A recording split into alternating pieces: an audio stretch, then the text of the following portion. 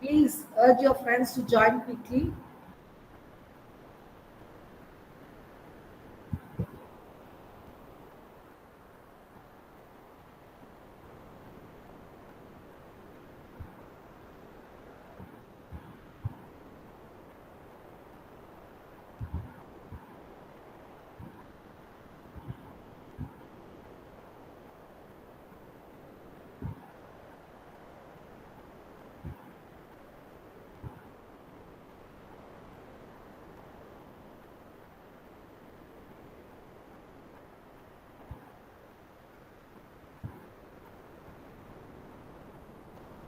Welcome back, everyone. It's time for our second session of the evening. Cybersecurity has become a crucial area of focus in today's digital age, and we are privileged to have with us Dr. P. Sridevi, professor at DOMS NIT. Dr. Sridevi is a distinguished academician and a leading authority on cybersecurity. Her expertise in safeguarding digital infrastructures and creating robust cyber defense will surely be enlightening for all of us. So I humbly request Dr. Sri Ratnavalli to introduce Professor Sridevi. Ratnavalli ma'am. Thank you, Saraswati ma'am. Thank you. Good evening, everyone. I am Dr. S. Ratnavalli, the Academic Director of MCA. On behalf of the Department of Computer Applications and Management Studies, it's my honor to introduce our esteemed speaker for today, Dr. P. Sridevi. Dr. P. Sridevi is an esteemed Associate Professor in the Department of Management Studies at the National Institute of Technology, Trichy, with a distinguished academic and professional career.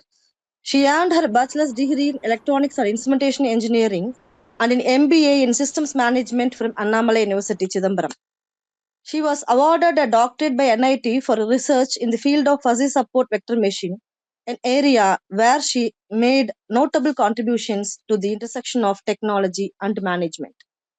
With a rich academic experience in business analytics and business analysis, Dr. Sridevi specializes in quantitative techniques, machine learning, information systems, and system analysis and design. Her scholarly work has been published in several renowned international and national journals, and she has authored many book chapters and case studies. In addition, she has presented her research at various international and national conferences and serves as a reviewer for many referred international journals. Dr. Sridevi is also a dedicated participant in faculty development programs organized by prestigious institutions such as IIMs, IITs, and NITs, and had recently received a grant from MSME for Women's Empowerment Initiative. Beyond her teaching and research contributions, Dr. Sridevi has demonstrated leadership through her administrative roles. She has served as the Associate Dean of Students Affairs and also led the Department of Management Studies as head from 2019 to 2021, where her leadership further strengthened the department's academic and research initiatives. We sincerely appreciate her kind intent to share her knowledge and time with us, inspiring us all with her expertise and dedication. Her contributions continue to shape us and uplift the field of management education, making her a truly valuable resource for both her students and the academic community. Let us warmly welcome Dr. P. Sridevi, ma'am. Welcome you, ma'am. Dr. P. Sridevi is a professor in the Department of Management Studies at NIT.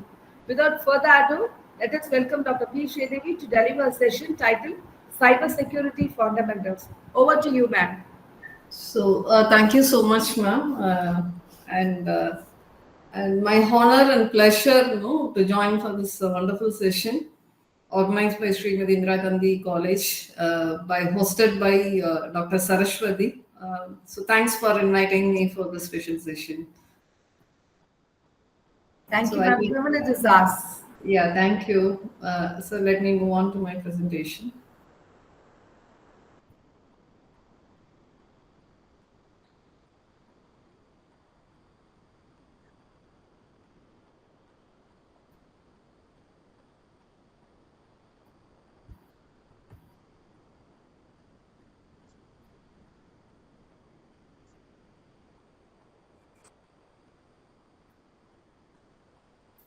My screen is visible? Yes, ma'am. Okay, thank you.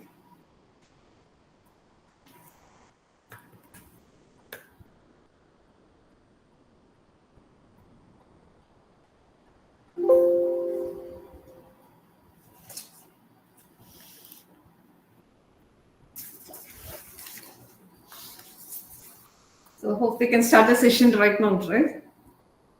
Yes, ma'am. Yeah, thank you. So very good evening, all of you. So I could find so many young, energetic participants for the Good workshop. evening, ma'am. Good evening. Good evening, all of you. So, as of this session, we are going to look at some basic fundamentals about cybersecurity.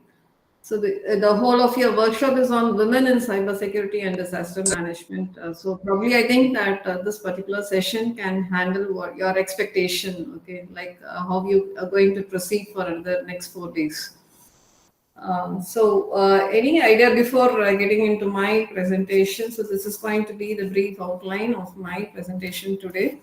So we are going to look at some basic scenarios. With that, I'll take you to the history of cybersecurity and some historical events that has been justified by the cybersecurity, and about some basic fundamentals of cybersecurity in terms of the threats, some types of cybercrime, types of hackers, and some common attacks what you can normally observe in cyber attacks, and one real-time case study. So this is going to be the brief outline of my today's presentation. So with this brief presentation, I'm taking you to my introduction part of the cybersecurity. Okay.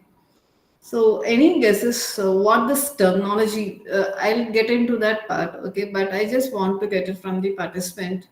What is your observation in general about cybersecurity? Anybody?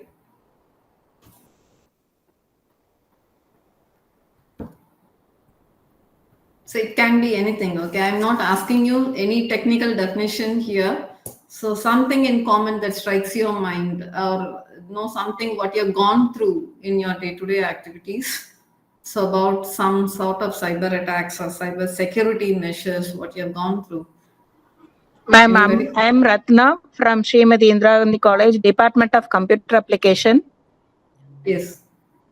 My thought is about online criticism for ladies. Okay. Online. No, like sort of experience what you have observed as of cyber security is concerned, something. Sorry, ma'am, I don't. What you believe as a cyber security? I'm not asking the technical definition what this cyber security is. Okay, something, no, some general aspects what you have in your mind about cyber security. Ma'am, I'm Ratnavalli. Mm. I think it's securing our systems, data, servers from the attackers.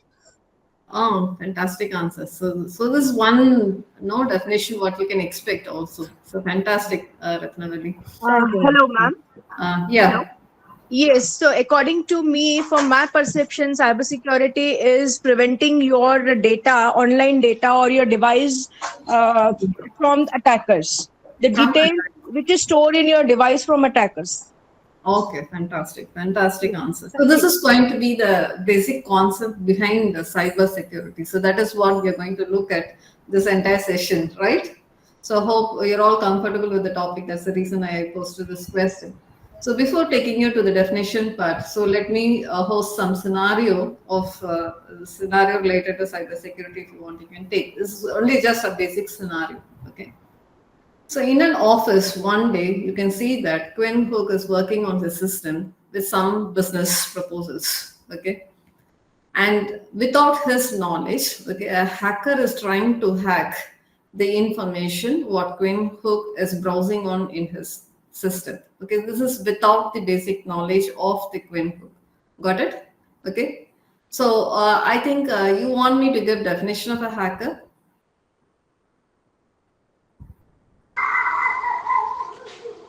Who a hacker can be?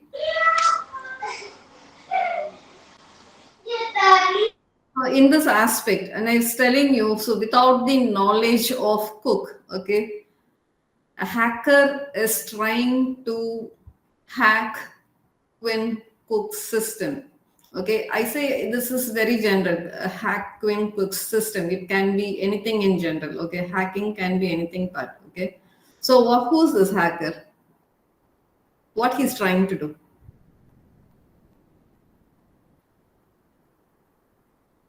So something up to your mind. Stealing our money. Stealing our money. Okay, good. Yeah, Data breach. yeah, Data breach. data breach. Okay, anything it can behind the screen. Unauthorizedly access your data. Accessing the data, that is what the data breach happens. Okay, so something, no, so that happens behind the screen which we are not aware of. That is the scenario here also. So officially he's working on something related to his work, office work. It can be something related to some business scenario, and a person is intruding his system. Okay, so what he's trying to intrude here is he's trying to steal some business information what the Quinn hook is browsing through without the knowledge or without the consent of this particular Quinn hook. You got it? Without the consent. Okay, when I say without the consent, what he's trying to do, the hacker, when I say consent is not given, what does it mean? What is this action is upon? You can say this is an unauthorized access. Hacking, ma'am. Hacking is an unauthorized access, because without the consent, without the knowledge of the legitimate user, okay, a person is trying to access your system. Okay, so that is the case happening here. The steal. So what this hacker is trying to do is he is trying to steal the information of the company. When I say steal information of the company, it could be in anything. Okay, the real business data. Normally say stealing business data, it can cause some financial damage for the company, or it can cause some reputation damage for the company. Okay, so this is the main motive behind stealing information of the company data. Got it? Okay, when I say that this sort of action is happening on with a particular official system. Okay, so what can happen due to this? So I say just stealing some in business information. So what could be the real impact of stealing this particular information? Again, something onto your mind. You can come out. Destroying his economical status and also ideology. Okay, they're trying the economical status of the company. Fantastic answer. Fantastic answer. So something related to Yeah, they can. to the company. Yeah, Yeah. they can blackmail us by stealing our data. Yeah, definitely. It can be part of it also. Stealing information. So there is a possibility of threatening. Okay, so threatening how this Ma'am, they can also blackmail us by stealing our images also, no? Yeah, definitely it can happen. So that is another part of hacking. Okay, that is another part of hacking. Okay, The so formulas can be hacked. uh, Like any secret formulas regarding the production of models. I okay, think they can get an access to that. uh, so that is a possibility. So your thought is good. Okay, that is a possibility. When I say in general stealing information, okay, so it can be on any perspective, whatever answers that I have collected today. Okay, so industrial espionage. Okay, so it can be industrial regulation, some official confidential data that could have been accessed, or some financial data that could have been accessed, or as you said, some design data, production data, some marketing data, so anything onto an end. Okay, some intention it is being stolen. Okay, so finally the damage it is going to create is with respect to the company. It could be in terms of financial loss, and it could be in terms of reputation loss. Got it? And the other possibility, like you pointed out, okay, they may try to threaten us with the data what they are stored. Okay, so asking company for ransom. So this is one aspect of hacking action that you can observe. Okay, in a normal day-to-day environment. Okay, so ransom in the sense there is a possibility of encrypting your data. and demanding for money from the company. Okay, so that is a possibility of threatening. So data is being stolen and they can threaten you for money. So this we say is asking company for ransom. So ransom software, this is also a part of your hacking. And the other part that happening could be like selling the information to criminals, like rightly pointed out. Okay, so these are some sort of threatening, okay, by the hacker in terms of stealing some information, some data from your company. So it's all official, confidential data. Okay, so if this is being done, okay, so what is going to be the real impact that could create to a company? So these could be the different aspects what you can try to find. Okay, selling information to the criminals. So this is one of the worst scenario what you can see. Okay, stolen. Your business information is leaked. Okay, your competitor will gain advantage to it, right? So you see that how this can be overlooked at. So when you go for, so these are all the different scenarios. So one simple scenario, so you see what the real impact it could try to give, okay, and how secure you see that your information system has to be, right? And coming to this cybersecurity history, okay, so some brief outline what you can say. So when do you think that the cybersecurity term emerged? What made this particular cybersecurity to emerge? Okay, so in 1970s, you can find this a scenario how slowly, the timeline, down the timeline, so how the emergence of cybersecurity has grown up. So that is what I can say, it's grown up. Okay. So the 1970s, you can see that the first computer virus. Okay, so first computer virus, so was initiated. Okay, so this first computer virus is being named as a creeper. Okay, so the creeper, so it is being used to capture the system data and some message that is being passed on to different systems. So I'm a creeper. If you want, you can catch me. So this is a message that is being sent by this sort of creeper virus. Okay. So actually, earlier the case you can find that your system is not network. So that is one safety aspect. What you can feel how secure the system is in the earlier days, like say in the 1970s. Okay, so with the emergence of some interconnected networks, this or the sort of threats emerged. Okay, so, right? Virus, worms, trojans. Okay, so these are all some entries what you can find in terms of threats to the real system, or say it could be to the network or any devices what you've been using. Okay, for your day-to-day environment. Okay. And in 1980s, the first, again, Morris worm. So he was the first one, okay, first person who injected, okay, the cyber threat into the network, okay. So this is being named as Morris worm. So this worm was felt to be so aggressive because it was trying to slow down all the systems that is being connected to the network. So this is one sort of virus that you can observe as of the network is concerned. And this Morris was the first person who has been accused, okay, against Computer Fraud and Abuse Act. So this is how the emergence of viruses and worms came into picture into the networking part. Okay. And due to this emergence, what you see that is antivirus. So what is this antivirus? So normally we say antivirus for the system. What is this antivirus for a system? What it can do? If someone Ma'am, it tries prevents to the hack our virus from other devices. I couldn't get it. Ma'am, simply it prevents the virus, ma'am. Okay, prevent the virus. Okay, so that is one action of antivirus. So right from identifying the threat, okay, right from identifying the threat, monitoring the threat, and preventing the threat, okay, from the attack of the system. So this is what the action you can find as of antivirus is concerned. Okay, so due to the emergence of this viruses, trojans, worms, attacks in the network. So this is how the antivirus is being developed. Okay. So antivirus is against the virus that is being spread out in your network. So you might have known about the semantic virus, semantic antivirus, what you've been using for system, Kaspersky, okay, all that you've been McAfee. So all that is a software that we try to use to protect your system or network against the virus that is spreading into your system. You got it? And anyone can tell me what is the first antivirus that is being found?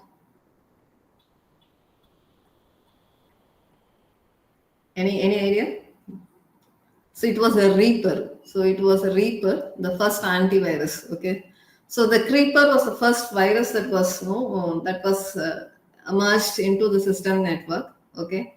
So the Reaper was the first antivirus that was produced. Okay, to chase the Creeper and delete it. Okay. So that is how the antivirus was being emerged. Okay. Then in 1990s, with the emergence of internet boom, so a lot of phishing activities was emerged again. Okay, so what is this phishing again? So this is again a technical terminology what you can find.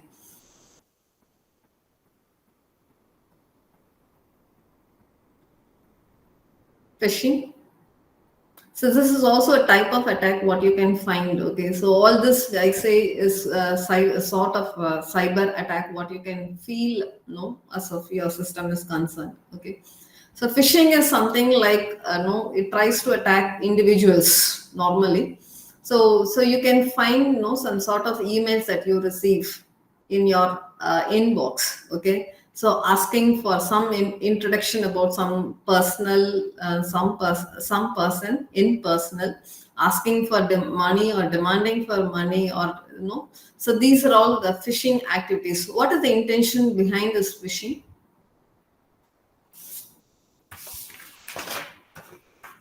Any idea?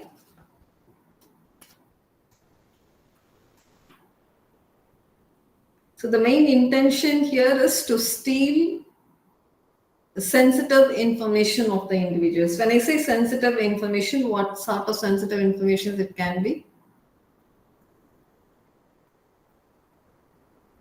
I said this is with respect to the individual, right? So when you try to steal sensitive information of an individual, what we refer as a sensitive information? Like a login credentials. Login credentials. So login credentials is one form, right? Any other? Ma'am, passwords, account information details. Account information. So that is also okay. So these are all these we consider as so main thing is the financial information part. The other aspect here is tracking your login credentials. Unknowingly you may respond to that mail. So that is what many times it happens. Okay. So because the mail content will be in such a way that it tries to influence you to respond to that mail back. Okay. So in that way they try to steal the information that you're that this sort of just a minute.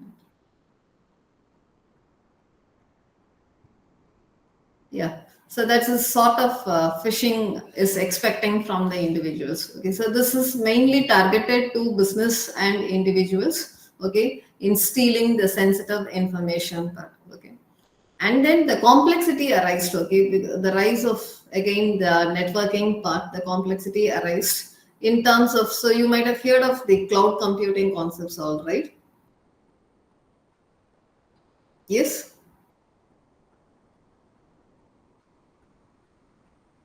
Anybody? Cloud computing?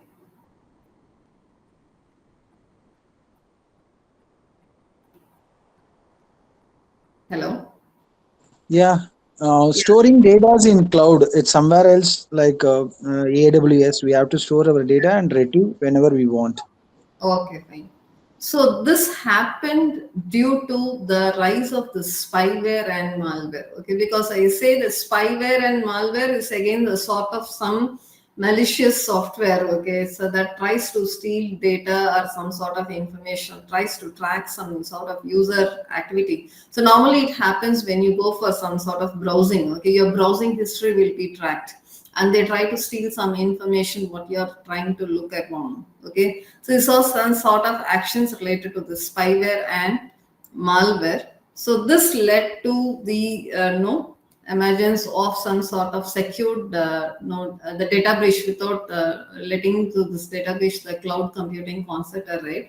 Again, the challenges are there with respect to cloud computing also, like how the data can be stored in a cloud, how you can try to protect your data in a cloud. So that is the next challenge that is arised by just wanting to avoid the spyware and malware for the actions what you're performing in the internet, okay, and moving to cloud computing also is a challenge faced by most of the organizations and individuals. Okay, so in that case, some strategy that was defined to to have a secured or safe data in the cloud.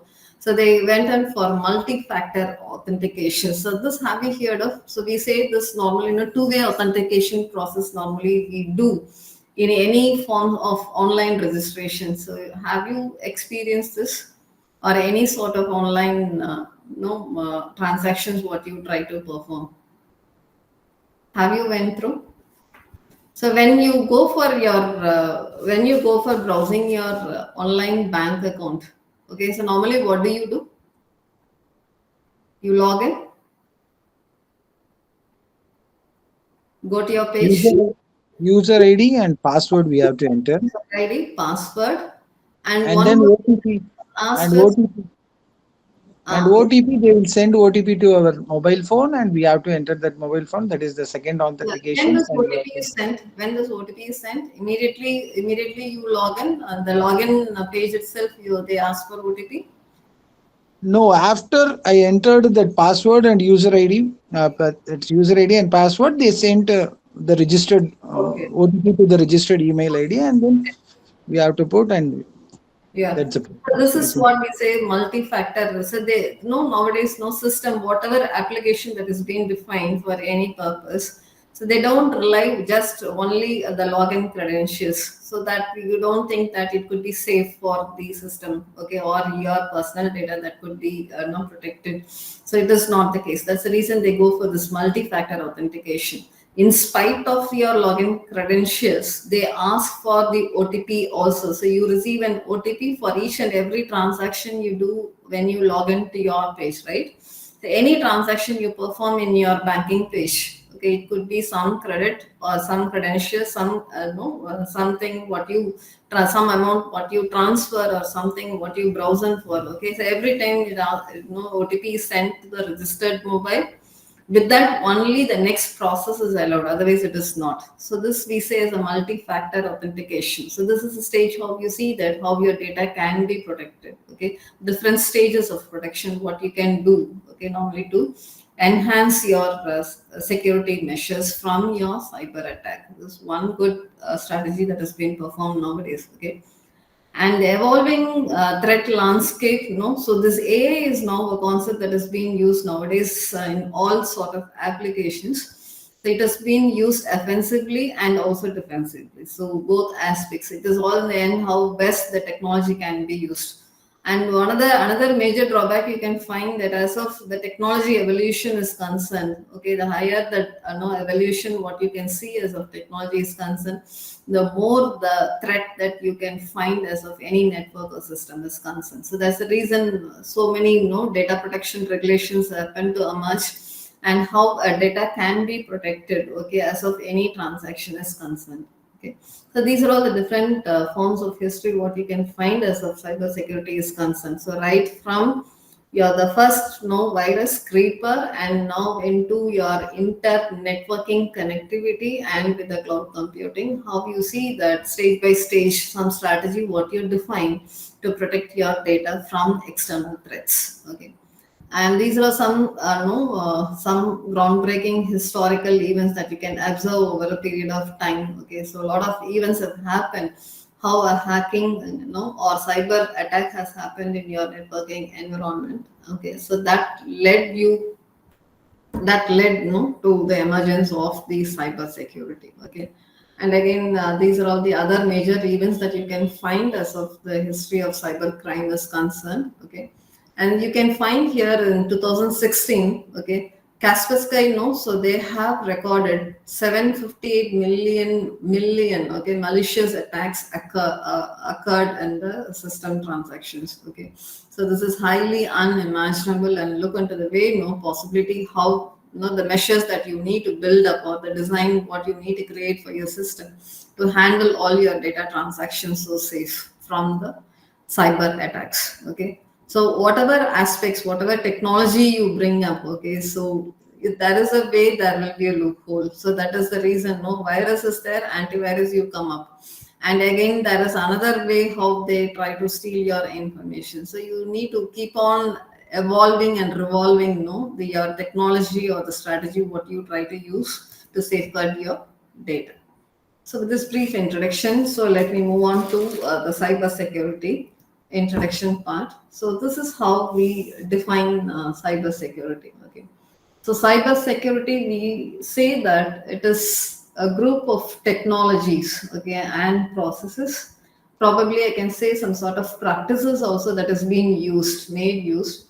The design is designed to protect networks and devices from. Okay, so what is the main intention of cyber security is you want to protect your system and your network from major attacks, damage, or some unauthorized access. So this is going to be the main intention behind developing scenarios for your cyber security. You got it? So when you say this cyber security, what you're trying to secure normally in a network? So we say some attack is happening to your system, or some attack is happening to your server, or some attack happening to your network part itself. Okay, so what is this attack? What is attacked? Network resources, ma'am, both software and hardware. Network resources is hacked. Okay, what is the main intention behind that? Okay, it is clear your network hardware, your software, anything could be hacked. What is hacked? That is my question. What is hacked? Personal data. They hack personal data, bank details, and all. Anything it can be. So I just say in general, some data. So data is hacked. Okay, so that is what we mean.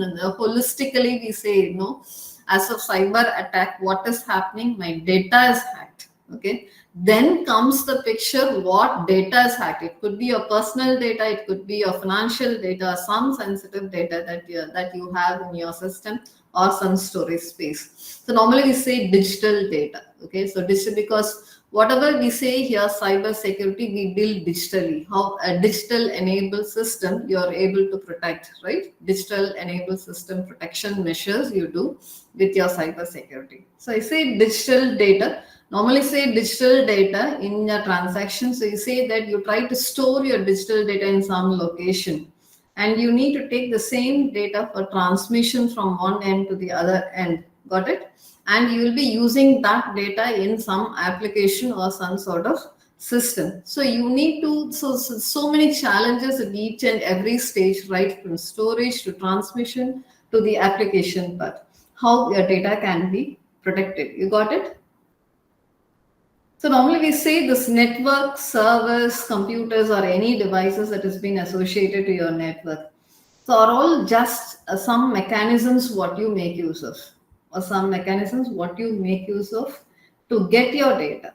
Okay. So what this hacker is trying to do, what the criminal wants is this particular data that is available in your network.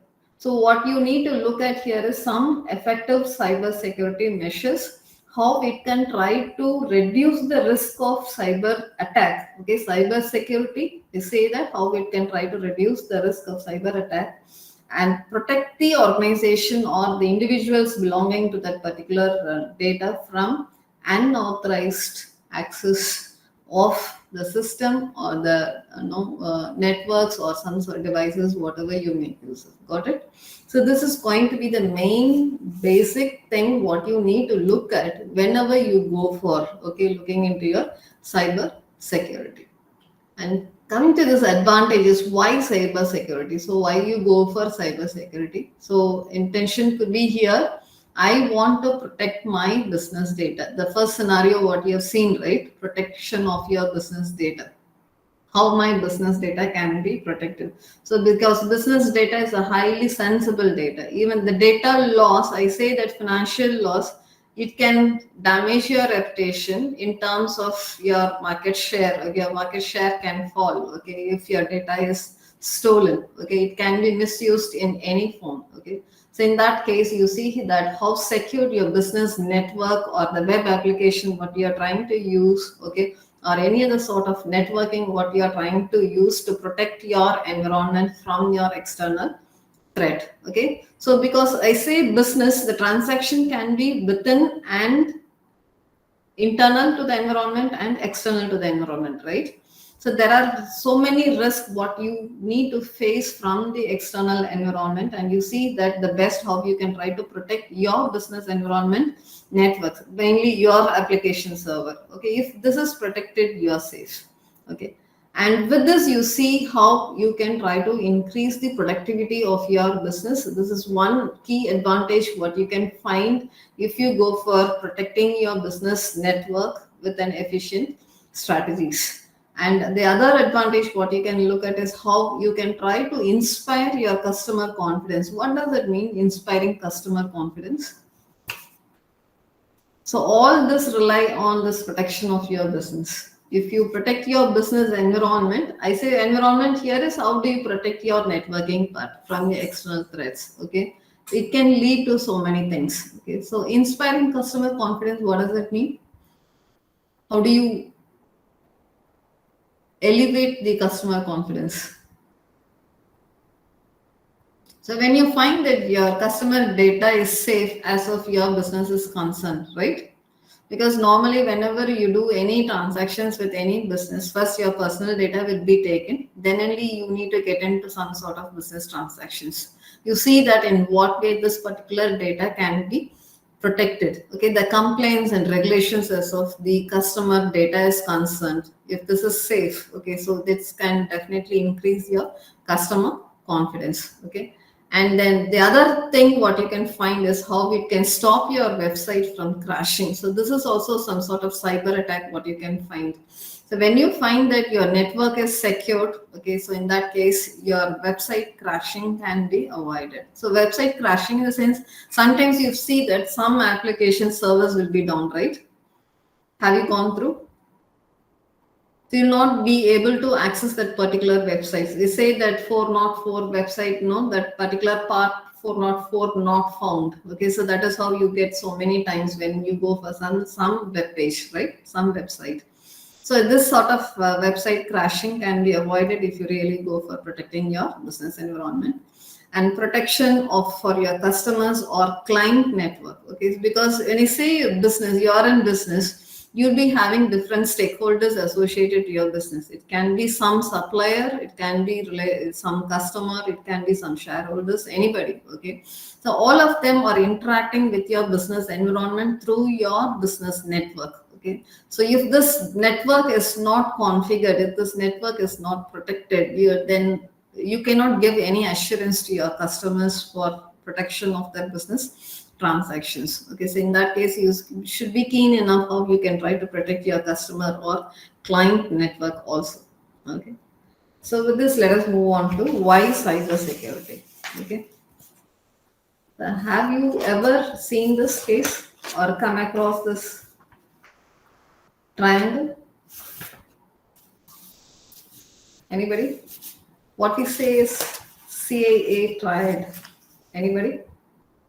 So this is one of the major concept what you need to look at when you go for your cyber security. As a model, this cyber, no, this triad, we say this is CAA triad. Okay, so this model was designed for companies or even for some sort of organizations to form some sort of security practices. Okay, so for that, normally organizations they do go for following this triad. Okay, so technically, we say this sort of computer security means protecting. Normally, say cyber security. Why we go for say cyber security is we go for protecting the what? What you protect from? Data.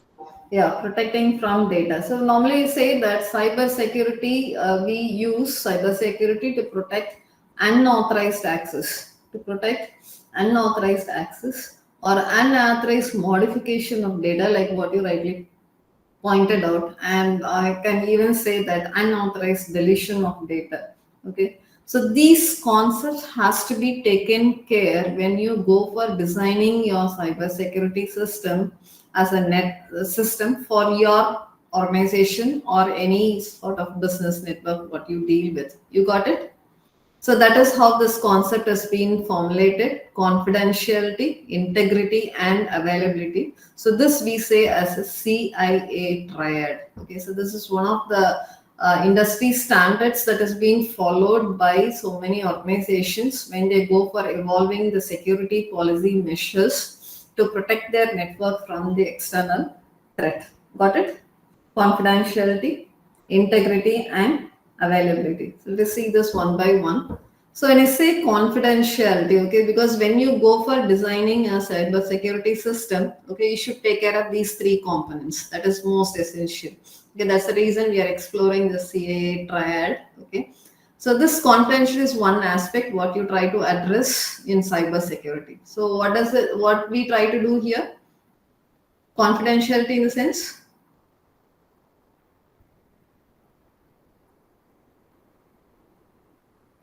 Not relieving the data deliberately. Okay, fine. The system should not, no, the system should not allow the user, okay, to reveal the data, allow the user to reveal the data in any form. So the unauthorized access is not made possible, because you need to maintain confidentiality as of that particular document or the file is concerned, where the file is being located. So that is what you say, that the access only by authorized parties is to be made possible as of confidentiality is concerned. You got it? So we can also say this as we're trying to keep the identity of the authorized party, because I say confidential as of a particular file is concerned, where it holds some secured information. Okay, what does it mean? So that information can be accessed only by authorized parties, not by everyone. Like, no, when you browse for some information in your Google, okay, anybody can browse any sort of information. Got it? So that is not a confidential information.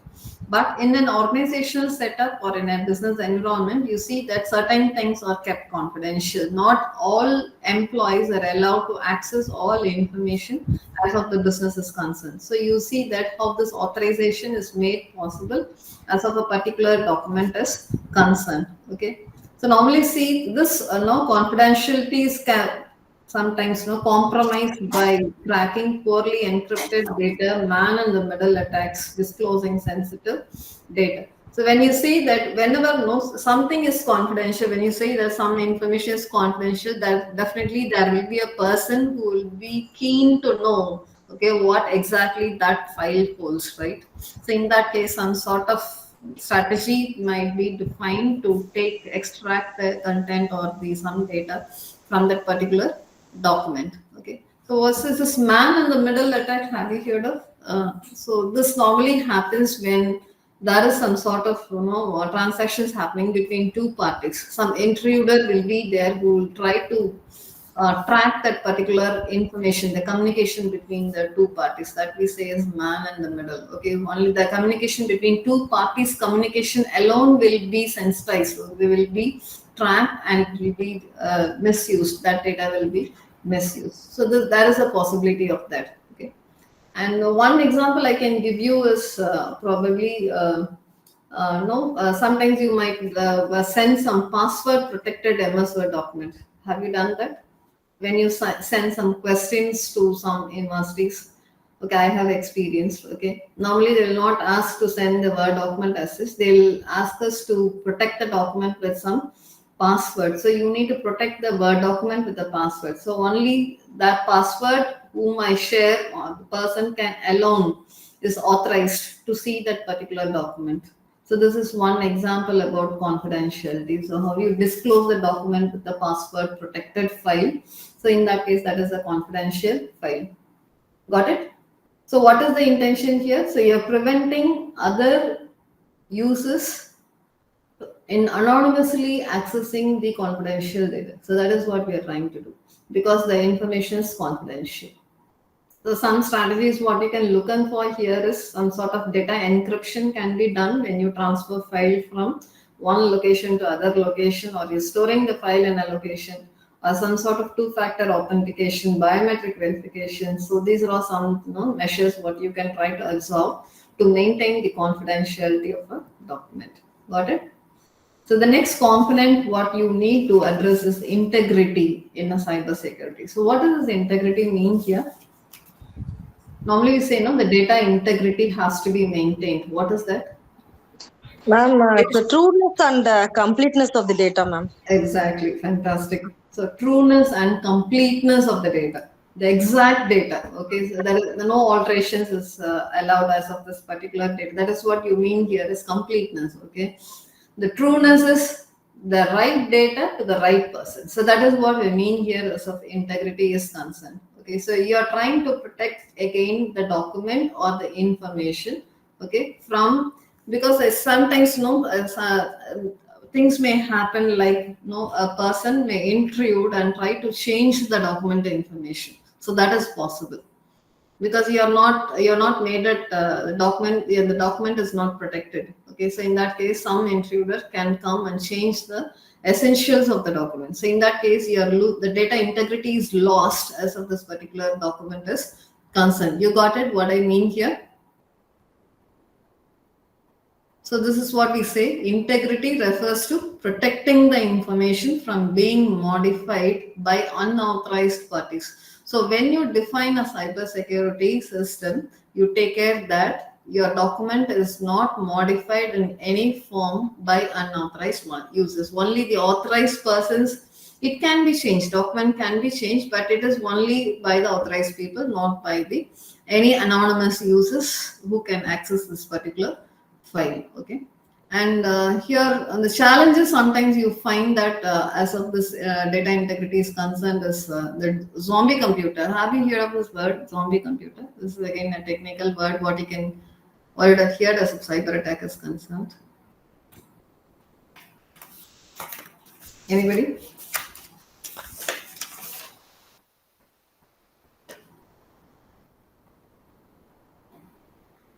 So actually, this is the zombie computer is a sort of computer that holds some software to spread virus or some sort of malware to other systems. Okay, normally how it performs is like a hacker might try to infect a computer with some sort of virus or some sort of worms, whatever you can try to find. So now the computer is now under the hacker's control, and now they can try to hack the system by taking stealing the data or browsing for some information or some other thing. So taking the control of one's computer by other computers. So this we say is a zombie computer. So this is done by spreading of some viruses and trojan and taking the complete control of that particular system. Okay, so this is one aspect. So if that is allowed, if the zombie computer is allowed, then this data integrity is lost in your system, because that intruder now can, since having the complete control of your system, now he or she can change the complete value of the data that is being stored. So that is one way how you can try to check up. Okay. The other way is the other concept what you need to look up is availability. Okay, so in cyber security, so when you go on for defining cyber security system, the other component what you need to address is availability. What is this availability? Available only to the authorized persons, ma'am. Okay, Data, how often it is used for availability, ma'am? The measure of data, availability of data. Availability of data. So normally we say data on demand, right? So when I demand a data, I should get it. The data should be readily made available for the person who's demanding for the data. Got it? That is the data availability. It is not for everyone, only for those who are demanding that. Okay, and the person who's demanding should be an authorized user, like rightly you pointed out. Okay, so this again, this is one thing that you need to look at when you go for your cyber security, because a lot of attacks can be happen in your system, that you see that the end user should not be suffered with non-availability of data. Got it? The right time. So this point of time, I'm checking for some data. I'm in need of the data. I should be in a position to get the data. Because that particular system is being hacked, I'm not able to retrieve the data, then I'll be into a danger in the sense that point of time I'll not be able to do any business operations. Like your design part could be stolen. Okay, you'll not be able to retrieve your the design data. So that is not made available to the person who's in charge of that particular design component. Okay, something like that. Okay, so how a data can be made readily available, so that is one form. And the challenge you see here in terms of this availability is, so the information unavailability can happen due to DDoS. What is this attack? Anyone?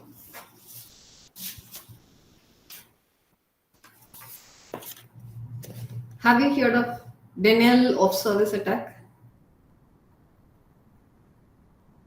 Anybody? Denial of service, DOS. This most common attack what you can find as of cyber attack is concerned. So this DD, you say that distributed denial of service attack. Okay, because you see here the attacker, the attacker who's focusing on one particular system or network, try to flood the network with some sort of overwhelming traffic. Okay, so this traffic will avoid the legitimate user to access that particular system or network for their need of information what he or she is looking upon, right? Your entire web page will be blocked. So that is what they say with huge traffic. Normally you say that your access will not be permitted to a particular website because of huge traffic. So this is again one scenario what you see, because that point of time you see that that DDoS attack has happened to that particular website. So that's the reason you are not able to get into that, okay, enter into that particular website, okay. Some sort of hardware failures can make happen, no? So in that case also you see that your data will not be made available. Some programming errors where you cannot retrieve your data, some human errors, that is most common. So this all things has to be taken care when you go for designing your cybersecurity system, okay. So these are some measures again what you can look at to make your data available. Well, normally says backing up is one strategy, common strategy what we normally make use of, right? And implementing firewall, this is another measure what you can try to do, because availability, data availability, in order to hinder the action of the attacker, so you can go for installing firewalls into your networking part. So this way also you can avoid this sort of DDoS action, so that the legitimate users will be in a position to access the data that they are in need of on a day of demand. Got it? So this is what you need to focus on, again in repeating. So when you go for designing a cybersecurity system, so these three components has to be addressed: confidentiality, integrity, and availability. Okay, so this will ensure, okay, how a system can be made protected. So all cyber attacks have the potential to threaten one or more of this particular components. Okay, that is what the main intention of any sort of hacker going to be. Okay. So normally say the CAA, no. So this component has to work together. That is what I say in a design you need to take care of. All these three components has to work together to make your working environment or your business environment safe from external threats. I say threat, I mean here is a cyber attack. If you are able to avoid the scenario, then you see that the cyber security is being ensured as of your organization is concerned. Got it? Yes? Ma'am, excuse me, ma'am. Yeah, tell me. Can we include durability along with the CIA, ma'am? Durability? Yeah, Durability. durability of, yeah, that is also one aspect what you can. But the mostly, when you go for these are three essential components we say here, and probably durability we can try to associate with availability also. Yeah. Okay.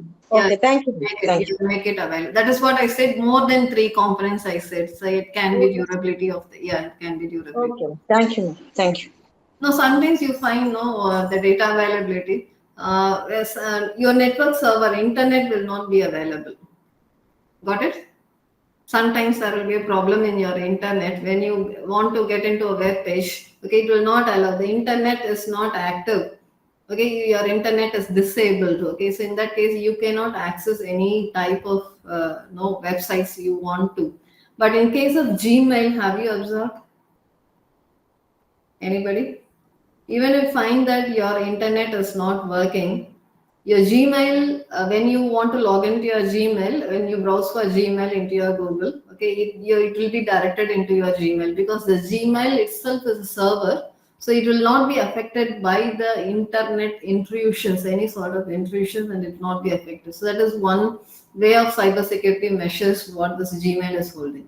Got it? External threats, it can be avoided from external threats. So in that way also we see that Gmail is made available to users any point of time, irrespective of any constraints that has been faced in the network. Yes?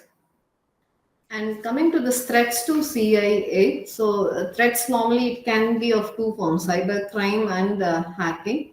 And again, you remember whatever the person intend to do with the cybercrime and hacking, you see that this confidentiality, integrity, and availability is maintained as of your cybersecurity measures is concerned. If this is true, again, I say that you're working in a safe environment. Got it? Normally, what to say the cybercrime? What is a cybercrime?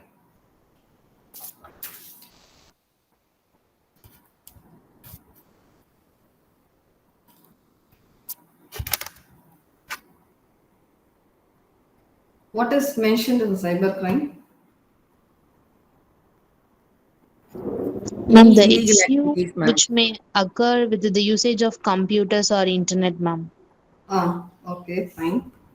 Again, whatever we define so far, no, it's sort of a cyber attack, because you see that the intention here is to steal your data or information. The intention here is to hack your network, to hack your device. That is an activity that is being performed by an individual, so that is being treated as a cyber crime, because the action which is not allowed as of any regulation is concerned in a digital environment, we say that as a cyber crime. Okay, just not allowed, but it is happening, so we say that as a cyber crime. So most cyber crimes happens, why it happens is in order to generate profit for the cyber criminals. Okay, so that is what the main intention. So what is that I'm going to do? Stealing the data. So I have an intention how I can sell this data to a criminal, and how I can take the profit. Okay, so without that intention, so we don't go for doing this cyber crime. Okay, and normally cyber crimes we see that it is carried against normally the computers or devices directly to damage or disable them, spread some sort of viruses or malware, steal secret informations or some sort of threats that has been performed. So all that is happening as of this particular cyber crime is concerned. So all these actions we say that as a cyber crime. Okay, so anything you assess or you observe in terms of these technical terms, okay, so you see that some sort of cyber crime has happened. Okay. So here types of cyber crimes, coming to type of cyber crimes. So one aspect of cybercrime, you see that computer assisted crimes. What is this computer assisted crimes? What? Because a cyber crime is being done, is being performed in a network.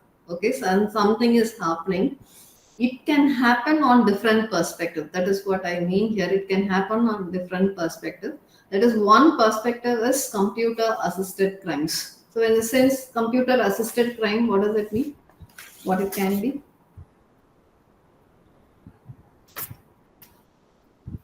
You use computers, right? You use computers to hack or attack or do some cyber crime actions to the other network or system. Got it?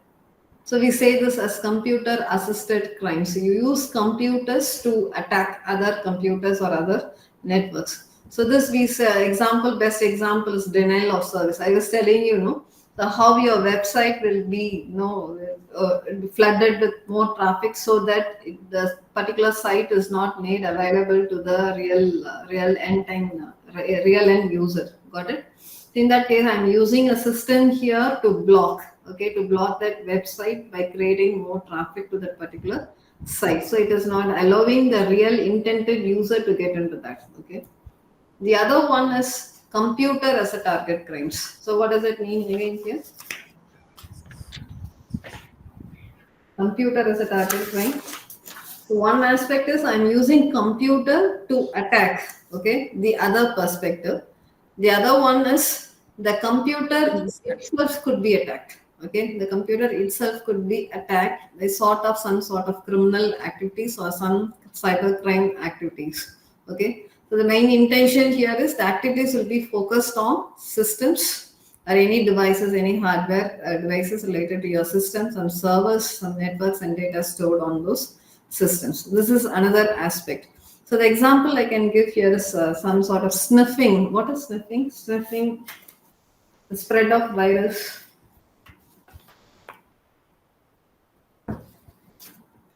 Sniffing.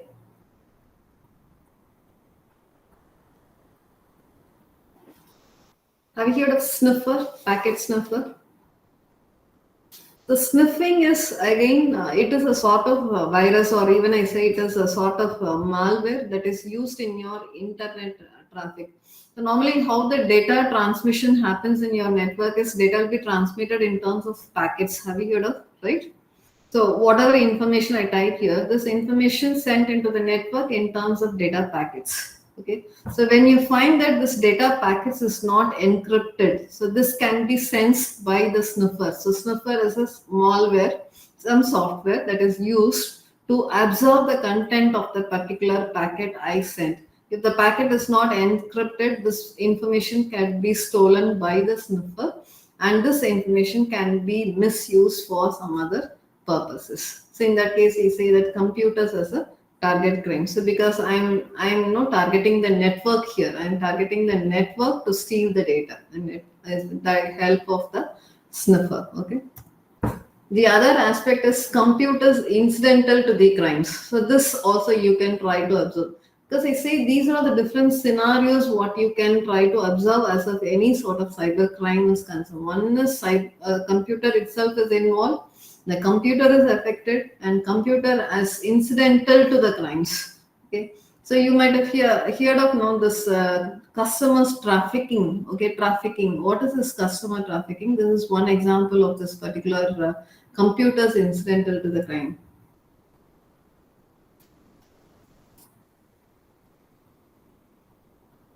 Trafficking.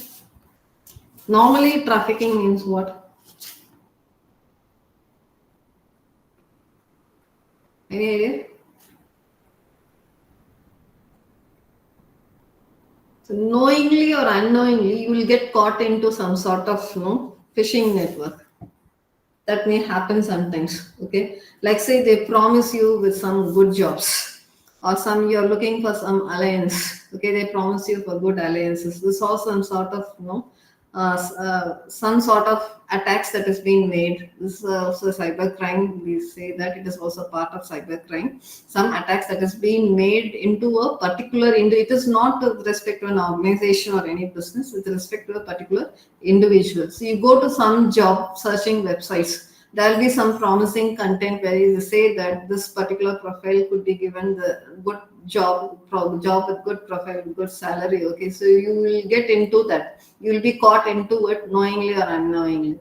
With that, you will be trapped. Okay, sometimes they demand you for money also to make that work done. But finally, anyhow, the work is not going to be done. So this we say is computers incidental to the crime. It can be part of the crime. It's used to be part of the crime. Okay. So using this, please just check these three cases: computer assisted crime, computer as a target crime, computers incidental to the crime. So based on this, I'm going to ask you a question with a scenario. So are you ready? Yes. So let us check the scenario.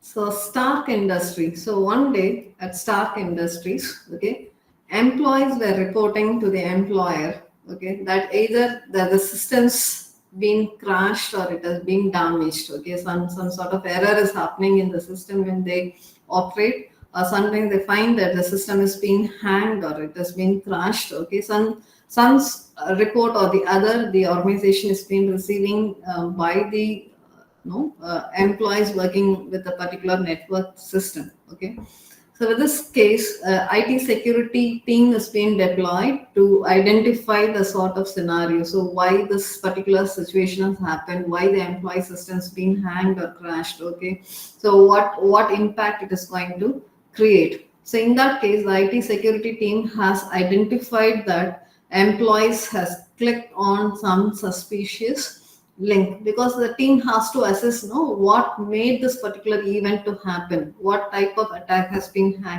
happened, why this case has happened. Okay, so in that case they identified that some sort of employees, they have clicked onto a suspicious link that they received either through email attachments or some sort of Facebook links or through this Skype calls. Sometimes they'll be activating some link. Okay, so this case has led to the system, entire business systems to crash for some point of time. So after clicking on the link, what has happened? The IT team observed that some malicious file was being downloaded and executed in all the systems that is being used by the particular organizations. So all these files, the malicious files has some, it has some JavaScript which tried to evolve to all the machines. Okay, it has been replicated to all the machines and it has infected all the machines with some sort of error. Okay, so in that case, a sort of some preventive measures now has to be done, right? Because the employees systems being hanged now, the employees not able to work further. Because of that, lot of business operations is being hanging up. Okay, you're not able to perform any business operations. So in that case, the IT security team, as a sort of preventive measure, what they did is they tried to block all the Facebook and Skype accounts of the employees working in that particular organization. It's some sort of preventive measure. Okay, so that no further replication of viruses or worms are being spread out of the system, so that at least they can protect the other part of the system they have in an organization. Okay, so in this context, okay, so in this context, so what type of computer crime do you think that you can relate to this particular scenario? Is that a computer assisted crime? Is that a computer as the target crime, or computers incidental to the crime?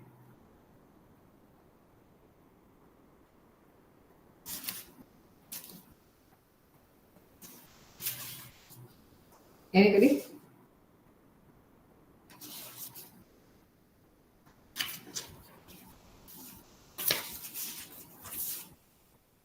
I think the computers are incidental to the crime.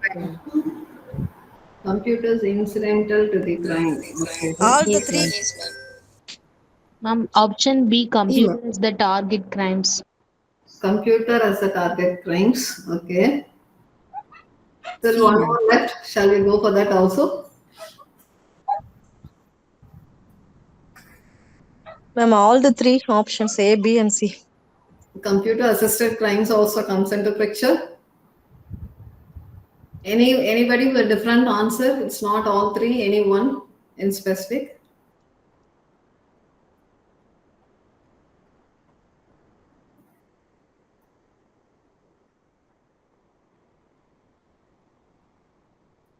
So if you look into the scenario, say computer assisted crimes, in what way you say that is computer assisted crimes? Maybe some persons inside the organization might have done. It was spread some malware, ma'am. There is a possibility. Yeah, that is a possibility. Inside the organization itself, okay. Because hacking is possible within the organization and outside the organization, okay.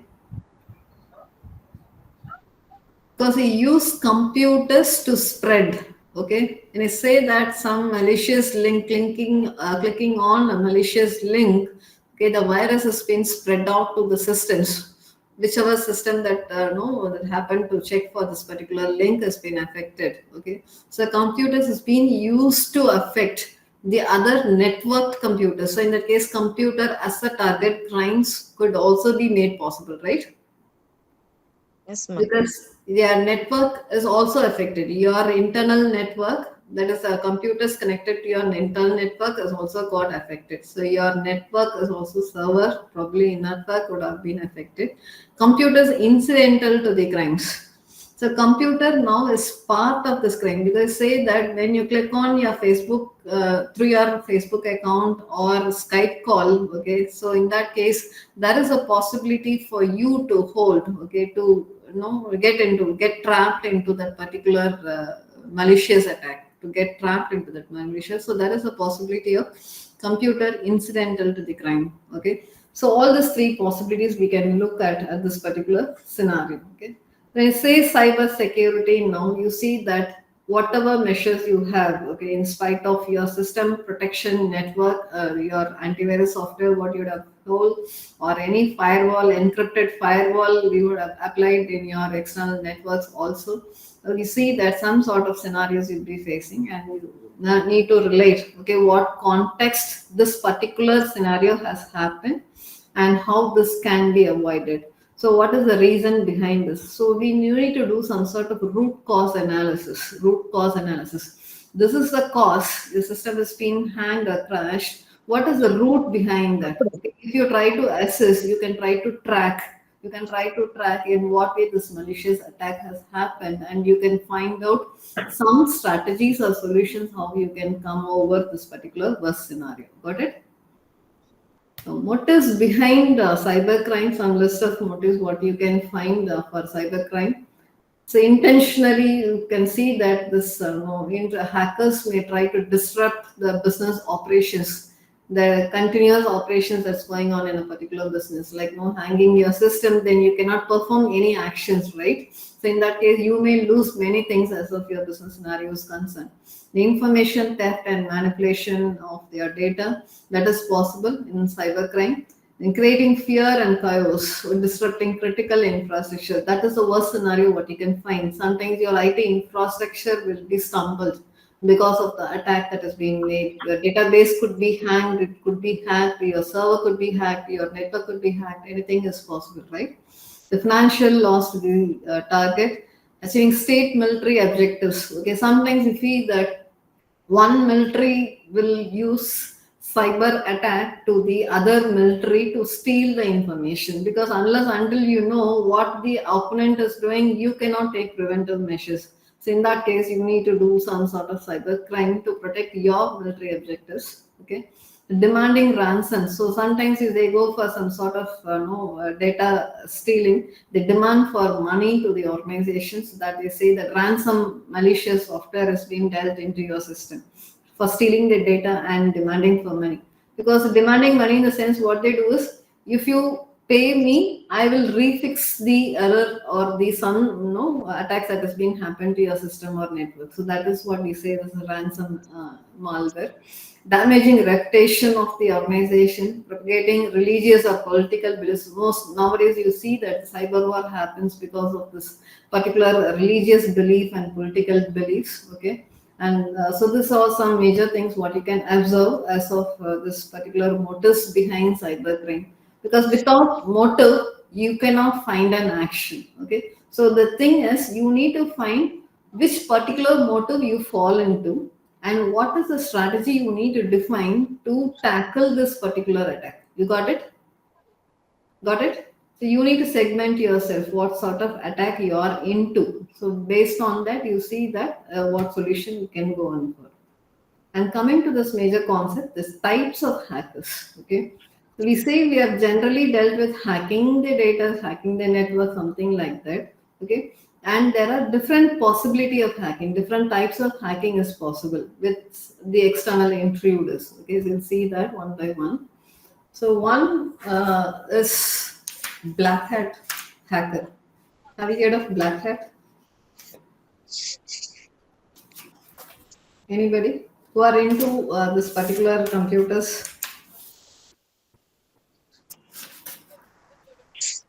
Black hat is the worst part of the hacking, as of this hackers is concerned also. So this individual with extraordinary computer skills resort to malicious or destructive activities. they'll be highly involved, no, with their skills in hacking. They'll be highly involved in spreading the malicious software and go for some sort of destruction activities. So that we say is a black hat, because they don't do that authorized. With authorized, you know, they are not authorized person to take the information. They do everything unauthorized, and illegal aspects of stealing your data or affecting your network. So that we say as a black hat. Sometimes, no, black hat, they operate a sort of call centers also. Okay, because you sometimes you receive calls from the other end, making you believe that the person is calling from a respective reputed organization, say some Microsoft, the person is calling you.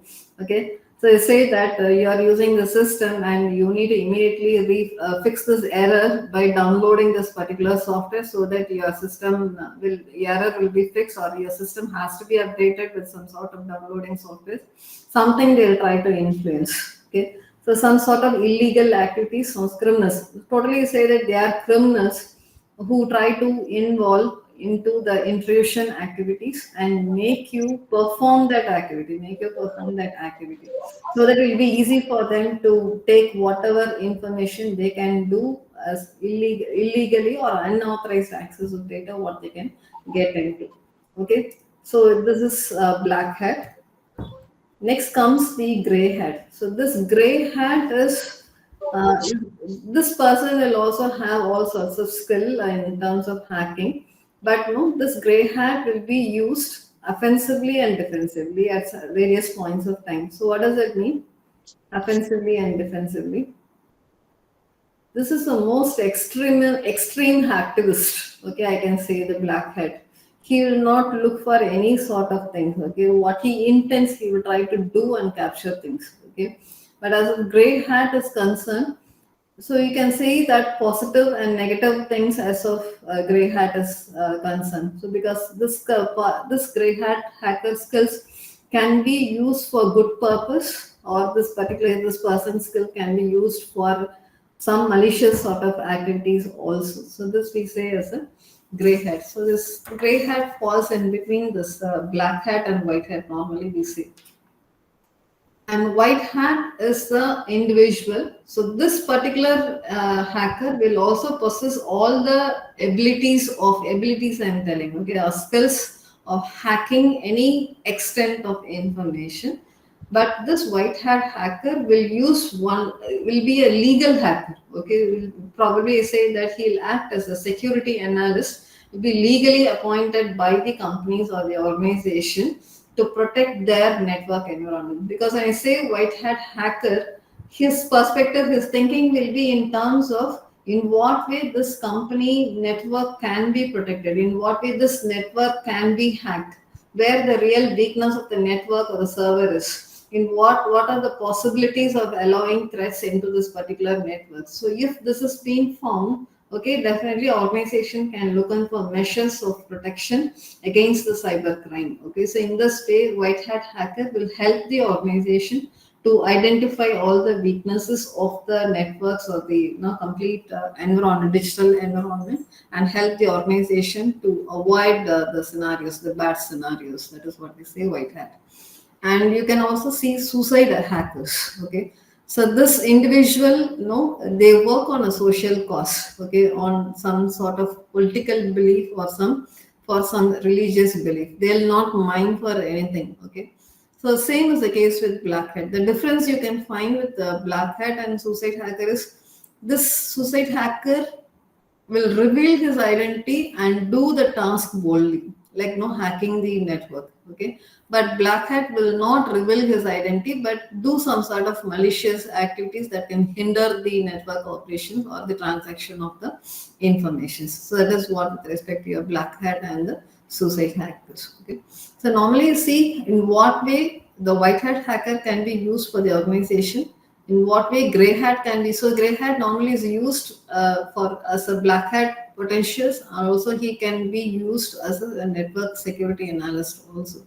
And black hat is the extreme end, not minding about anything. He go intrude the network, spoil everything. Okay, so that is what this type of hacking.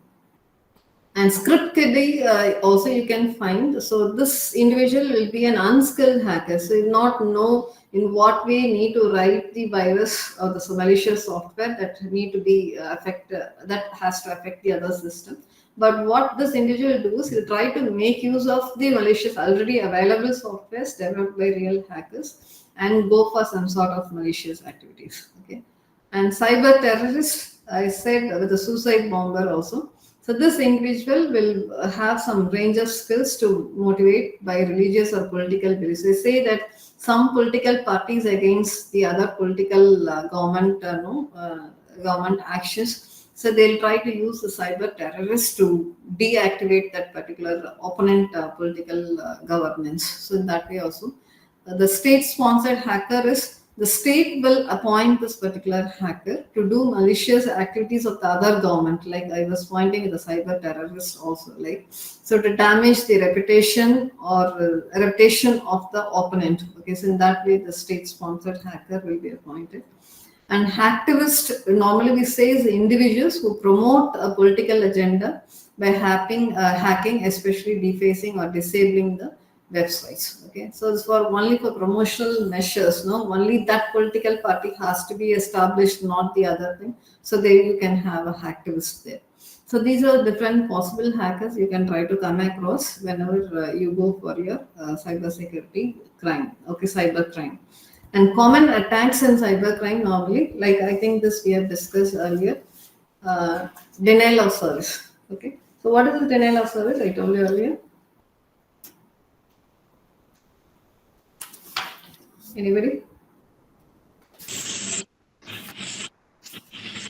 Attacking the network itself. Okay, that is flooding your internet traffic, flooding your internet traffic, overwhelming your internet traffic and making that particular part unavailable for the real-time user. So okay, that is we say as a denial of service. The other attack you can see here is malware attack. So what is malware? Normally say malicious activities. Okay, the malware is we say that it is a malicious software. Okay, normally so anything that you do, virus we say, Trojan we say, worms we say, so all are all malicious softwares you can find in a particular environment. Okay, so this malware, it tries to have any sort of virus, Trojans, or any sort of worms, or even ransomware also. So the main intention here of this malware attack is to disrupt a particular system or a network, or it tries to steal some sort of sensitive information about a customer or some personal data, and even stealing money from the other end also. So all this can happen with your malware attack. Okay. And man in the middle, as I told you, so this person acts as an intermediary between the communication between the two parties. So it tries to track, tries to track the data or the communication that is being sent from one end to the other end. So this normally happens when you find that your data is not encrypted when during a transaction. Encrypted data is always safe. Okay, whenever you go for transfer of data. Okay, if it is not encrypted, man in the middle can easily tries to trap the information what you pass through.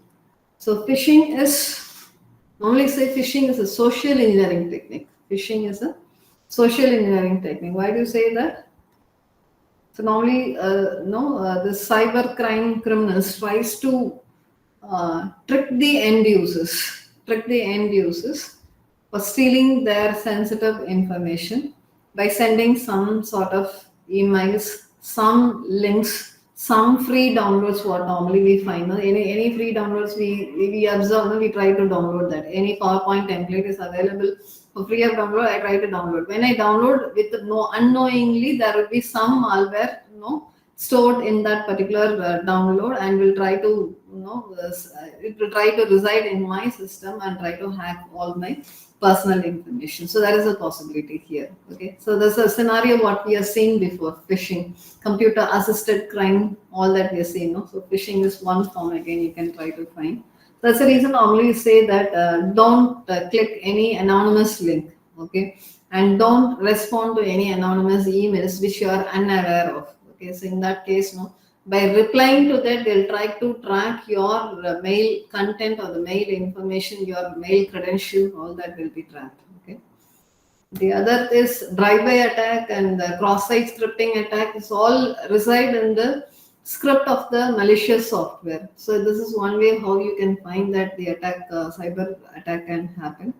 The other attacks can be password attack and eavesdropping attack. So password attack you'll be knowing, right? So sometimes your password will be hacked by the attacker. Okay, so they try to reveal your password, the login credentials, what we say, username. It is common. Okay, so in my name there will be a number of Sridevi will be there, but password is something unique. How the authorization what you avoid, what you try to provide, because username is an identity of an individual and password is the authorization of that particular system. Okay, so that is how you perform the security measures. So normally when you define a password, always you say that your system should be password protected. Normally any application you want for, okay, it will try to define how a password has to be. Have you gone through?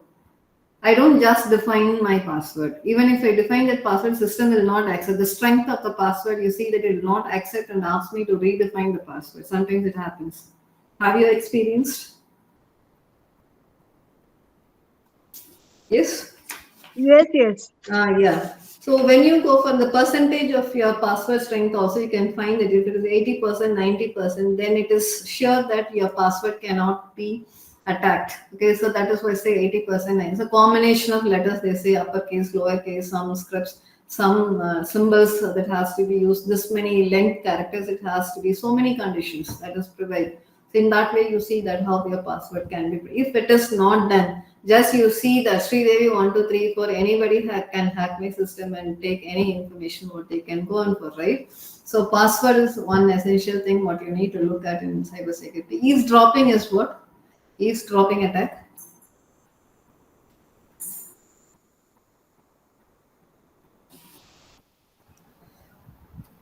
The hackers watch the network and then they'll do the attack, ma'am. Okay. Oh, watch. Okay, fine. Watch So, the traffic, that is how the data is transmitted. okay. So sometimes what happens like when you have been in your WhatsApp call or you are in your Skype call, okay, something online calls what you go for. Okay, there is a possibility for an intruder to intrude your communication call and trap the information what you are speaking, right? So that is a possibility. So what is being heard is being trapped. Okay, the call is being trapped. Your call is being trapped, and this content is being used for some other person. Probably they can even threaten you if you happen to discuss some confidential information over phone. Okay, or you're transferring some images or some videos that could also be trapped and it can be threatened. Okay, so there's a lot of things that can be done as of the cyber crime is concerned. That is eavesdropping attack. Okay, I was telling you about sniffing, right? Sniffing is also a form of eavesdropping attack. The sniffer will try to trap the data packets which is not encrypted and steal the information. So that is also a sniffing is also a form of eavesdropping attack. Okay. And securing computer. So now you see how you can try to secure your computer or networks or devices. So how does cyber security really works? Okay. So now we have gone through so many scenarios about the cyber attack, cyber crime, the type of hackers, what they can perform, what they can do. So now you need to find a way. So these are all the possibilities. Now you need to rethink on how effectively you can try to protect your environment, digital environment that the cyber security is going to work with, right? So securing computer. So one action is with respect to your two-way authentication. So we have seen already, right? So how you go. So normally see in registration also when you register for something, it's not that they take only your personal information. They take your registered email ID, registered mobile number. Yes, even if any one thing is hacked, you say your mail is hacked, they can try to contact you with your phone number. If phone number is hacked, they can try to contact with the mail, or you go for another alternative mail also in your registration. So that way also communication can happen. Okay, so that we say is two-way authentication. Because the worst scenario is sometimes some cases when you go for your registration, you do your registration with your Gmail credentials or with your Facebook credentials. It would have happened, right? So when you browse for information, say that you want to log in with your Gmail or Facebook or something like that, right? Have you ma'am. gone? Yeah, yes. It's in that case, we no need to enter your personal information, because already your personal information is there with respect to Gmail and your Facebook and your WhatsApp something. Okay, so they need not redo or re-enter your personal information. So what you try to think at that moment is, I try to log in with already registered some account. With some already registered account, I log in and browse for some information or browse for some application. But what is the worst case here is, when you're hacked, okay, when you're hacked, there is a possibility of hacking your Gmail, hacking your WhatsApp, or hacking your any other Facebook account. Something is also possible, so you need to retrieve that.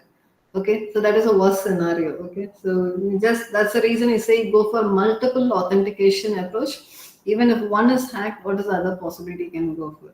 The other way is the strong passwords that you try to provide, to avoid this all the cybercrime activities like what we discussed before.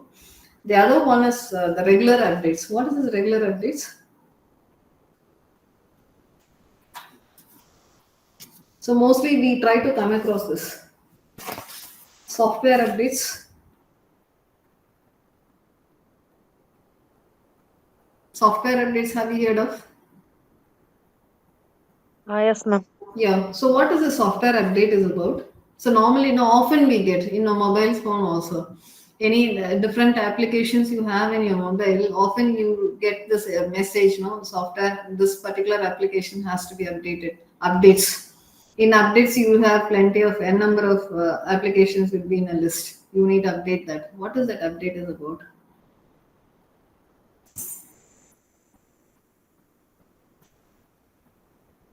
I'm running out of time. So sometimes, the software developers try to provide you regular software updates. It means that the security of the system is ensured by going for the regular updates. The updates could be in terms of refinement of some sort of features also, but also parallelly they looking for regular software, security patches. Normally say you need to, as a user, you need to always see looking for the security patch and you need to update that patch. So in that way, only say that your application could be safe and secure. Okay, so that's the reason always you accept the updates and go on for working on the particular application.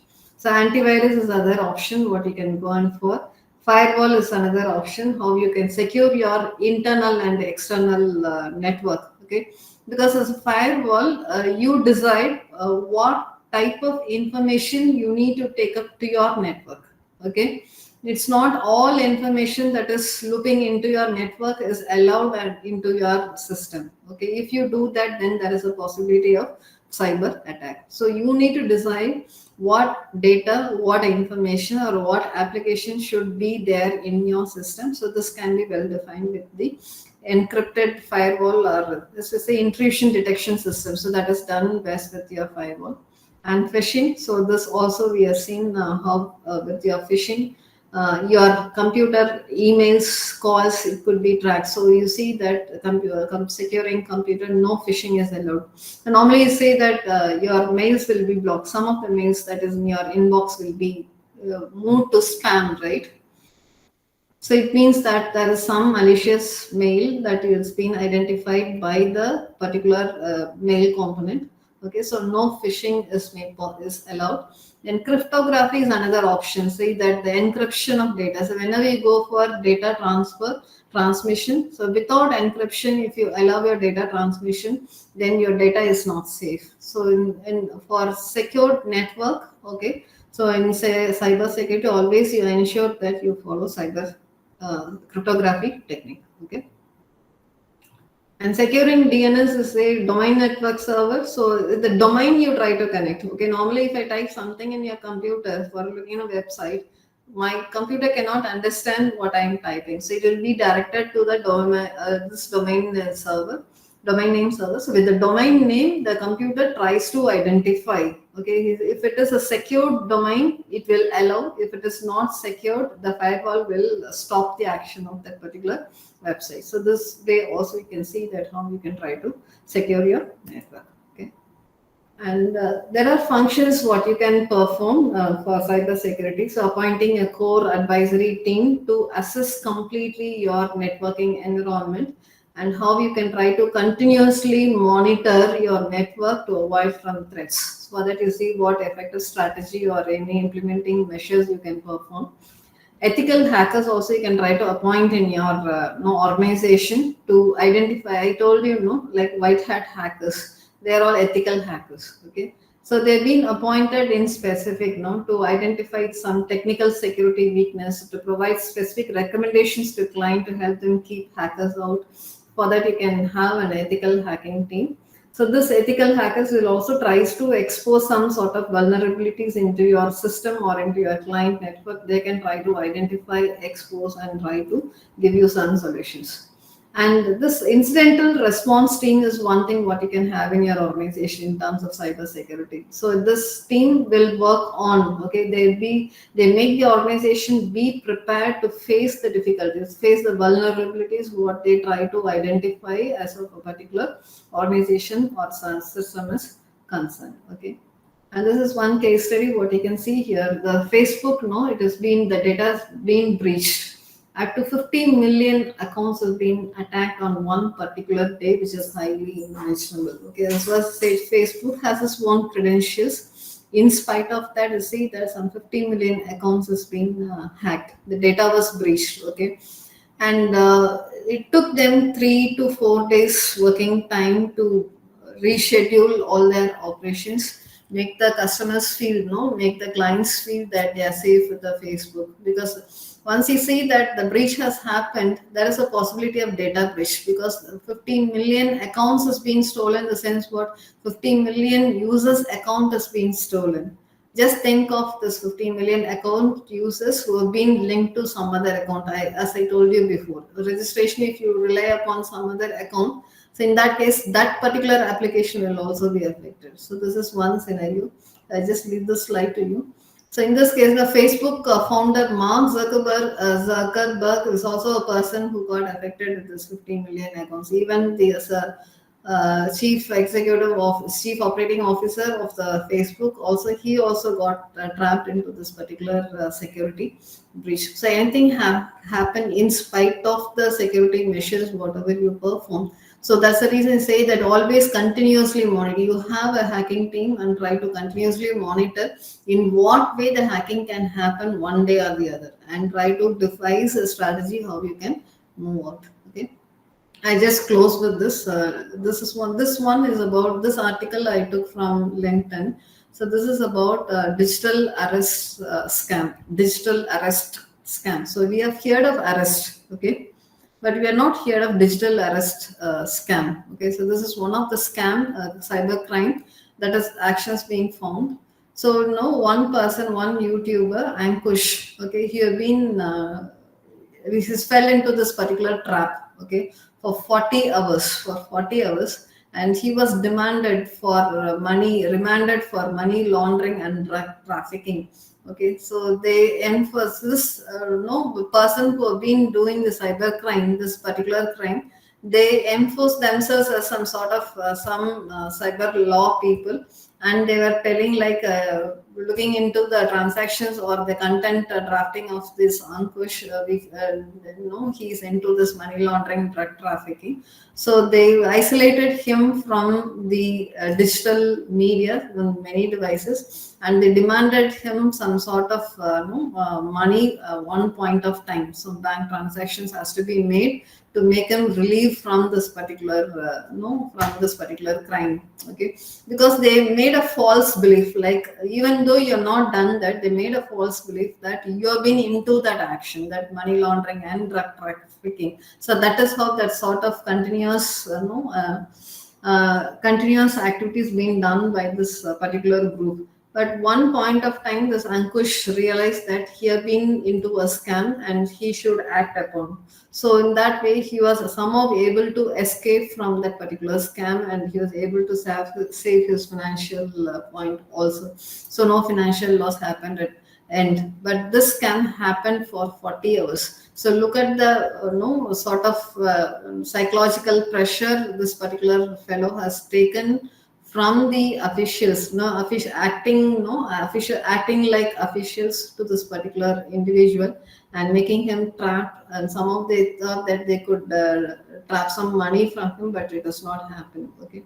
So few actions what you can do when you go for when you find that you are under some sort of scam. So if you even realize you're suspicious some sort of activities, how you can respond. Okay. So one possible way is immediately you can complain with the National Cybercrime Reporting Portal, so cybercrime.gov. So you can register your complaint there. Even if it is not true, it can be true or not true. If it is suspicious, also you can try to register your complaint. It will be taken for action.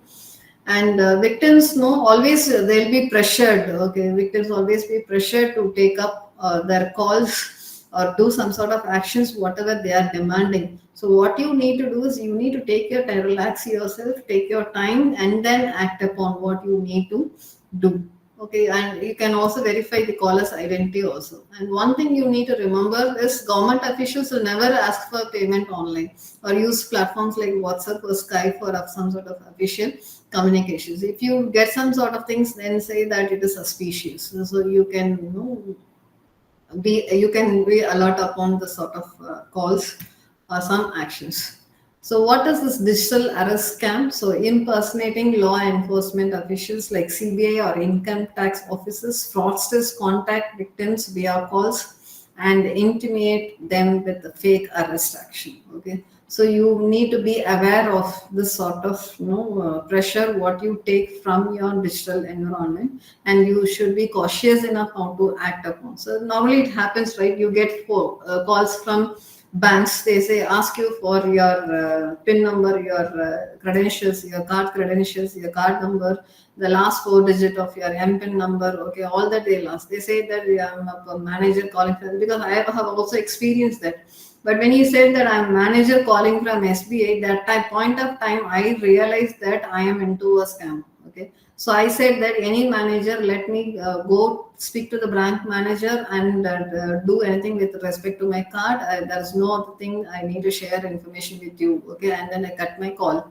Okay. So it will take some time because I was about to say certain things, whatever he demanded. But the point he says SBI manager, no time a manager will call you and ask for the information. So that is the point. I know I had time to react. Okay, otherwise I would have lost something. Okay, so these are some things. What you need to be aware of, and be cautious enough how you can be through whenever you are in touch with the digital environment. Okay, and you see that in what ways cyber security measures can be really helpful to go ahead for a safe, secure transactions you want, right?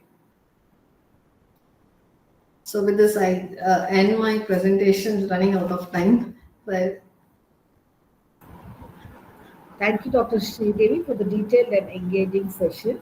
yeah, With thank this, you. we conclude the first day of our program.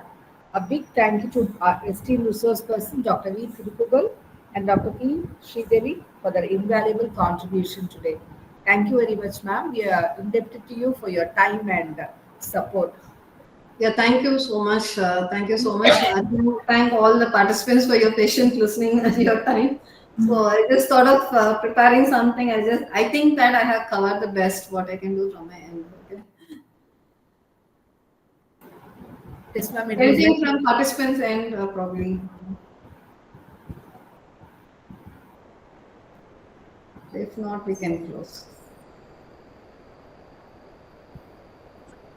Hello, ma'am. Yeah, tell me. Actually, I'm from Mysore National Institute of Engineering. Just to add to your topic, ma'am, actually in Mysore, in newspaper, every day we are able to hear the cybercrime. Many are, what to say, a victim of that. So Mm. they have made one awareness, like in COVID, they used to make awareness through telephone, no, ma'am. Like that Mm. nowadays, here in all the calls, whenever we dial somebody or receive some call, we are getting that message to be Mm. aware of Yeah. all the activities which are going on. Yeah, that is one cyber security measure normally. It is a good point what you have no, rightly pointed out, Annapurna, right? Yes, ma'am. Yeah, good point what you have noted out. Yeah. So government they are taking so many initiatives. So a lot of initiatives are there as per the government is concerned. So Digital India scheme itself is a cyber security measure normally, because whatever you do with respect to the government transactions, like say any birth certificate or death certificate or any other no authentication you want to take, other card, everything is made digital, right? But the Yes, sort of ma'am. authentication they provide in protecting your personal data, that is immense.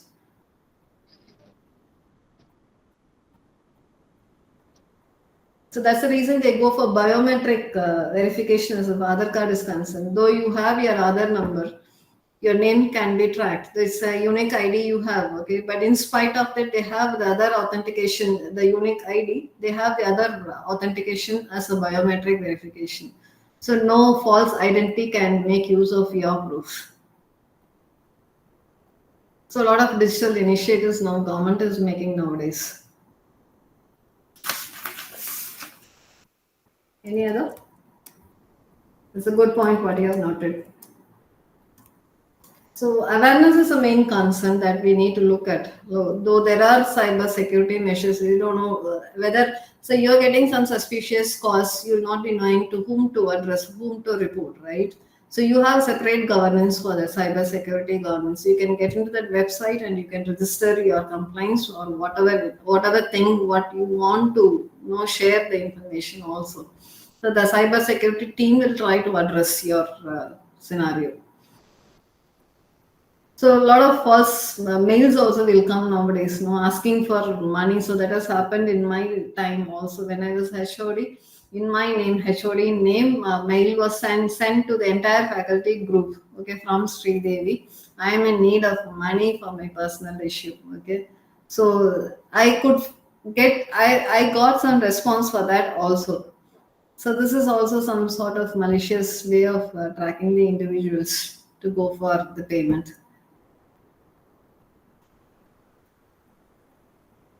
Any other?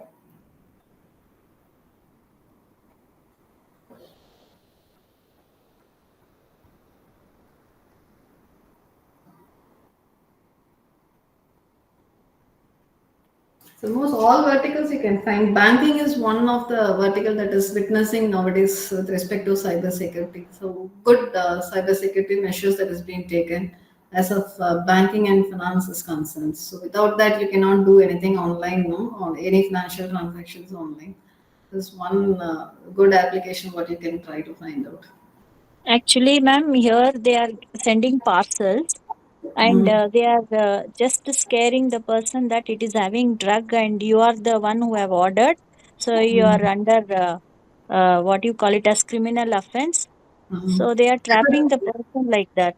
Yeah, that is what I said. They'll accuse you for some random reasons which are not expected. They say drug trafficking, so definitely you will fall into that pressure, right? Psychological pressure. They'll make use of that situation and go for demanding money and finally end up with that. So you should be aware of any false calls, any false information. You be confident with what you are. That is what we need to do. So I said, as SBI manager, I was able to realize for that moment. So I am in a wrong call. Otherwise, I would have been trapped. I would have about to give my number because I was in a meeting. There was some pressure that point of time. I don't know how I got that call. I attended that call. I was about to give. That point made me to realize I am in a wrong call. Okay, so it is about you. How do you justify yourself for that particular situation or scenario? Okay, don't react for emotionally. Don't react for any sort of things. Take your time. That is what I say. Take your time. Even anything gone wrong, also take your time and then try to react. Don't react immediately, because this digital world, anything can happen. That particular second, you may lose many things. So you need to be very careful when you share your digital informations digitally. Okay. Even the password credentials you share to your own people also should not be done. Even that also could be tracked. Even in messages, you say that your father, mother, or your husband asks you for some credentials. They need to do. You share that. Okay, that also is not. It should not be done. Okay, anything you do over phone or say you do that on your own. Don't share that.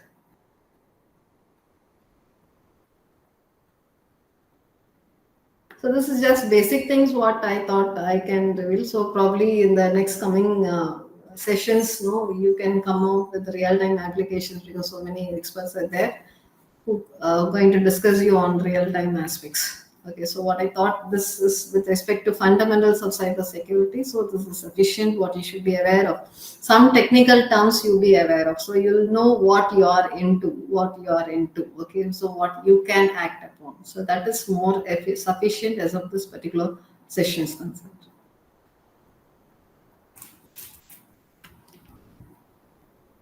Saraswati ma'am. Ma'am, thank you, ma'am. Thank you. Thanks a lot for your time. Yeah, thank you so much. Thank you all participants. Have a good day. Have a good time as of this workshop is concerned. Okay, all the best for your career. Thank you, ma'am. Yeah, thank you. Thank you, participants, for your active engagement. We look forward to